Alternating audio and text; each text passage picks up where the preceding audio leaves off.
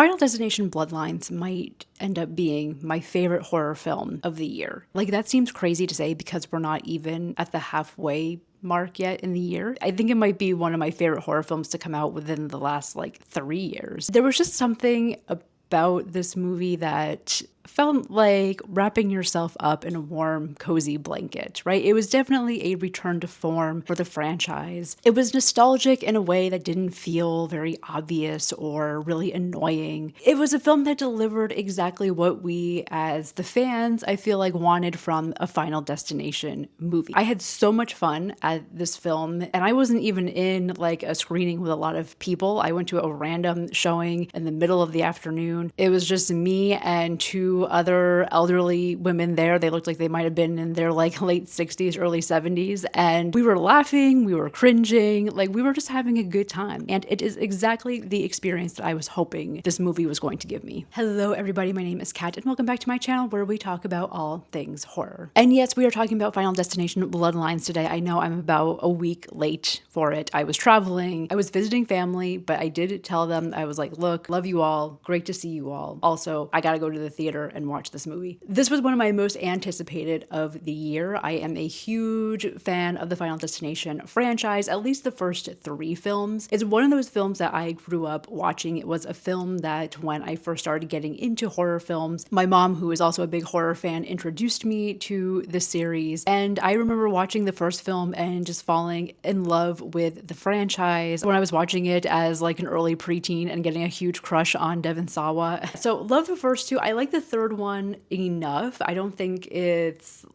on the same level as the first 2 movies. Fourth one, not a fan of. And then as I was thinking about this film and thinking about this video, I had the realization that I don't think I've even actually ever seen the 5th Final Destination movie. I remember it looked absolutely terrible, and I remember it just getting a lot of bad reviews, and I think at the time I was just like, you know what, I'm not gonna do it. For me, the Final Destination franchise has always been the first 3 films. However, with Final Destination Bloodlines, I now consider the Final Destination franchise to be parts 1, 2, and 6. This film makes the 3rd installation feel so lame in comparison. I still have fun with it. This was a film that I felt pretty good about going into it. Yes, you could categorize it as being part of this sequel, requel, reboot trend that we have going on. But this one, though, from the trailers, I felt pretty good about it. There was just something about this that felt like a return to what we had with the first 2 films. And yes, that's exactly what it is. It is a film that knows that it is a Final Destination movie and is very much leaning into that and embracing that while not delving too far into the fan service. Obviously, there is some fan service here, and we'll talk more about that in a little bit. But for the most part, it felt like it was being its own story and just having these little nods here and there. So I loved this movie. I'm kind of obsessed with it. I really want to go see it again. I want to get into more specifics about what I really loved about it, but I want to say up front here that this will be a spoiler discussion. So if you haven't seen the film yet, and I know that some people have been hesitant on it because they were like, is this going to be good? Is it not? If you haven't seen it yet, if you're still hesitant, I will tell you right now that yes, it is a very good film. If you love the Final Destination films, I think you're really going to enjoy this one. All right, let's get into some specifics. I feel like as far as openings go, this film had, I think, one of the best openings of a Final Destination film. It's always going to be hard to top that second movie just because that scene on the highway is so iconic, and the way that it has just stuck into our collective consciousness. I think I liked the set piece in this one more than the plane in the first film. I really loved the aesthetics of it. I loved the vintage 1950s feel to it. There was also something about it that felt very futuristic as well. The whole architecture of that building. Did they have buildings like that in the 1950s? I have no idea. But I just loved the whole pacing of that sequence. You already know going into the film what is going to happen in this location. It's just that slow build up before the tragedy strikes. You're just looking for the clues of okay, what is going to be the thing that's going to set everything in motion here. I loved that they pulled up and the song on the radio is Johnny Cash's Ring of Fire. Just the way that this film plays with music is a lot of fun, and the way that it picks music that has lyrics that are very much related to whatever shenanigans death is about to impose on these characters. I just thought that was a lot of fun. I loved deciphering like the music cues in this movie, and I know that the Final Destination movies have done that in the past. The whole use of like Roller Coaster of Love in the third one in the tanning beds, again, iconic. I know I keep saying that, but that's like the beauty of these films, is that they just create these scenes and these set pieces that just stick with you, that just stick in your brain. And I think a lot of that is the combination of the sound design and the camera angles and the pacing. And I think that's why the good ones will work as well as they do, is that yes, it is dealing with very heavy topics around death and fate and our vulnerability as human beings, but it's also doing it in this very playful, winking at you kind of way. There's like this whole school of thought and theory that the reason that we gravitate to horror movies is because it allows us a safe way to deal with scary things like death and decay. And I feel like the Final Destination movies are like the epitome of that idea. And yeah, I mean, I feel like the theory is true. I mean, this movie just made like $50 million at the box office domestically. I think it made over $100 million internationally. You know, people still want to come face to face with death in a way that is fun and exciting. So going back to the opening of the film, yes, I loved the visuals of it. I loved them going into the elevator, being like cramped and claustrophobic. That's where my anxiety definitely got started. I mean, the Final Destination franchise has been feeding into my fear of elevators for years now. After I saw the movie, we went to a rooftop bar that had a tiny elevator that you had to take to go up to it. And I was just standing there like, And then when the kills do start happening, like, it's very glorious. I loved that shot outside of the bar when it's on the first floor and you just see like the valet guys outside, and then in the background you just see like bodies flying and exploding in chunks of blood, just like watching them desperately clinging to anything and trying not to fall, and then just like seeing them splat on the ground. Like, I've had nightmares that have gone in very similar ways. Also in the opening, like, I loved that kid. What a little annoying piece of shit, but he was great. I loved that whole thing with him playing with the pennies and he's throwing them off the roof, and the officer comes over and like scolds him for doing that, and he's just very exaggerated, like, oh my god, I'm so sorry, officer. And I love that he's the one that keeps figuring out ways to escape while the whole building is falling apart, and then he gets out of the building and he thinks he's safe, and then that grand piano just comes crashing down on him. That was so good. That was so great, right? Like, that's the kind of fun that you want to have when you're seeing a Final Destination movie. Kudos to the filmmakers here, because I feel like you can really tell as an audience when a film is having fun with you. You can tell when everyone behind the scenes was having a fun time making a movie. So we go from the opening of the film to then meeting our main cast of characters, which is this family. It is the Lewis and Campbell family, who are descendants of the girl in the opening film. Her name is Iris, I think. Overall, I really loved the family. I loved the ensemble cast here. I will say our main protagonist that we're following is Stephanie. She's the one that starts having these like weird dreams and these visions. As far as main protagonists go in the Final Destination franchise, she wasn't my personal favorite. I didn't think she was bad, but I didn't feel like she had the same, I don't know, maybe charisma as some of the other protagonists in the other films. But I really loved the ensemble cast here. I really loved when the whole family got together and we got to see them interacting. And I feel like the Final Destination franchise, like, they are ensemble movies. And I've always found that a lot of my favorite characters in these movies are the more secondary, kind of random characters that we meet. I loved the dad character and how he's just this kind of, you know, easygoing, laid back guy that's just trying to reunite everyone in the family. I loved the brother that's kind of like, I don't know, the jock guy with his little baby turtle that was so cute, but just having a very like sweet and naive personality to him. You also have the kid from the Chucky series here. The entire time I was watching the movie, I was like, where have I seen his face before? I know him. And then my personal favorite was Eric. I just felt like he was definitely the most charismatic out of all of them. Admittedly, he is my new Final Destination crush. Sorry, Devon Sawa.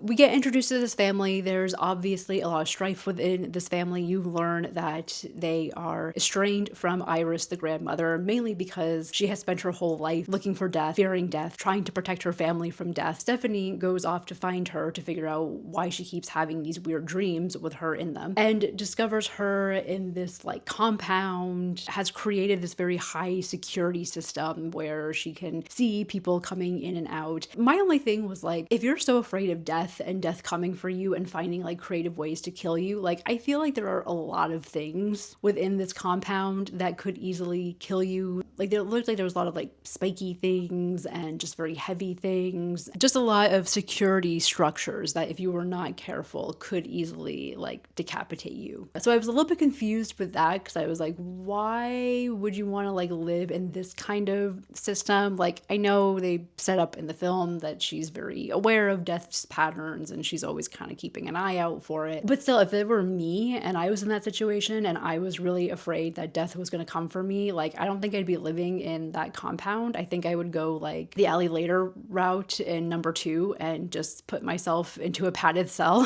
for the rest of my life. It was very much giving Laurie Strode in Halloween 2018, and I wasn't a fan of the whole compound setup in that film either. So yeah, so Stephanie visits her, learns about death, and then Iris gets killed. They go to the funeral, and then after that, the family has like a barbecue, which again is another like great set piece here where you're just kind of sitting there and looking at all of the clues and you're just like anxiously waiting for something bad to happen. And this film does such a good job of just like building up that tension and just the use of the close-ups, the close-up of the broken piece of glass, the close-up of the trampoline being broken. Very simple, but I think actually probably very hard to do if you are the editor of these films and like getting that pacing exactly right. I don't know why, but there was just something about seeing them at Iris's funeral, and then we have this whole build up at the barbecue, and then there's just that like quick series of edits where we see the dad getting killed. He gets the lawnmower in the face. We get the close up of his daughter screaming as he's getting killed, and then we just cut back to them at the funeral. And I don't know why, but that sequence of cuts just made me laugh out loud, which is very dark and morbid, but I know it was just something about like seeing them back again at the funeral in the exact same place that they were just in moments before. And again, just that pacing of the editing, just that very quick cut. As for the other deaths and the set pieces in this movie, I loved the garbage disposal scene. That was another one that was like kind of hilarious. I love that she's just in the back of the garbage truck and they're all running at the truck and trying to get him to stop. Garbage truck driver is just looking at his Tinder dates or whatever. It was hilarious. Things that are very simple but very effective. And again, that's the beauty of the Final Destination films, is that they just make you very paranoid and terrified about your everyday surroundings. I did love the scene at the tattoo shop as well, but again, with the use of like the close-ups and seeing the alcohol spilling on the floor and then his nose ring getting caught in the ceiling. Very creative. I really enjoyed the aesthetics of that location with that deep red color and him just playing his like sad boy music and tattooing dad on his arm. And I like that they did fake us out in that moment and did not kill off Eric immediately. That did subvert my expectations of what was going to happen. Although I knew that his time was up as soon as they went into the hospital and there was that MRI machine there. And I was just like, Okay, speaking of the hospital, this would probably be a good time to talk about the cameo from Tony Todd. Obviously, it is his final performance in a film before he passed away. It was great to see him on screen again. It was a bit eerie in the moment, just hearing the things that he's talking about and his kind of final message at the end. And yeah, I was sitting there watching it and was getting choked up, but was also like, I was getting goosebumps because I was like, did they know it was going to be his final role? Doing some reading on the film, that yes, they did know that this was probably going to be his last role. And so I guess they actually scrapped like what they had in the script and just told him to kind of ad lib and just be like, hey, what do you want to tell the fans? It was a very beautiful moment, and it's so rare, I feel like, that you get a moment like that, where you have this icon within the genre who is given the opportunity to say goodbye. Like, off the top of my head, I can't think of another example of that. I'm sure there is one out there. But just the whole message about life and appreciating it and enjoying it, I think that moment alone is why this movie will always have a very special place, not just within the Final Destination franchise, but I think just within horror history as well. Just because it is such a beautiful tribute and it is such a beautiful moment. And it was doing it in a way that felt very genuine and from a good place. I just felt like this film felt very respectful to not just Tony Todd, but just the whole franchise, his involvement in the franchise. I really loved the way that they tied in the fact that his character is the little boy that you see at the beginning of the film with Iris. I did not make that connection while I was watching it until it was revealed, and then I was like, oh shit. So I just thought that was such a beautiful way to connect this film to all the other films in the franchise, well, at least maybe like the first two. And again, like how lucky are we as fans that we get to have that moment. I will say, I think what his message was, and kind of the message that we get throughout the movie that I think is interesting, this kind of interesting question that they're posing around, like, sure, fate, and like, is fate predetermined for us? But there's also this kind of recurring theme in all of these films that the characters that are so focused on death and are so focused on like, where's it coming? Where is it? It's coming for me next. There is the question about like, if you are to live your life that way, are you just inviting